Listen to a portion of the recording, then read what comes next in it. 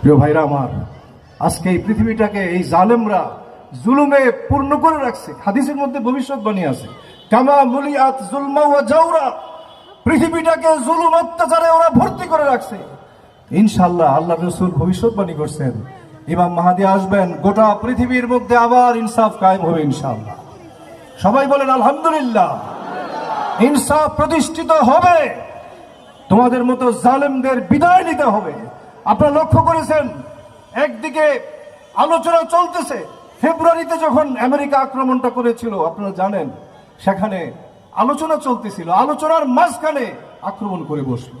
এইবারও যখন ওমানে পরোক্ষ আলোচনা চলতেছিল, সেখানে হঠাৎ করে হামলা করে সবকিছুকে তছনছ করে দেওয়া হলো।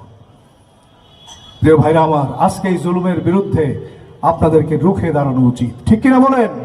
গোটা বিশ্বের মানুষ, পাকিস্তানের মানুষকে ধন্যবাদ জানাই। অনেকে শাহাদাত বরণ করেছেন পাকিস্তানে, প্রায় 30 জন 29 জন মানুষ শাহাদাত বরণ করেছেন। এই পাকিস্তানিদেরকে এই ট্রাম্প ইরান এবং আমেরিকান ইস্যুতে আফগানিস্তান যখন বলল যে আমরা ইরানের পাশে থাকব, তখন দেখেন এই জালেম ট্রাম্প পাকিস্তানকে দিয়ে আফগানিস্তানের উপরে হামলা শুরু করছে। প্রিয় ভাইরা আমার, এই জুলুমের দিন শেষ হবে ইনশাআল্লাহ। আল্লাহর নবী ভবিষ্যৎবাণী করছেন, ইয়ামলাউল আরদা কিসতাও ওয়া আদলা, ইনশাআল্লাহ পৃথিবীটা আবার ন্যায় এবং ইনসাফে পূর্ণ হবে। মানুষের রক্ত দিয়ে খেলতেছে তারা, শিশুদেরকে হত্যা করা হচ্ছে। আমরা অনতি বিলম্বে যুদ্ধবিরতির জন্য আহ্বান জানাচ্ছি।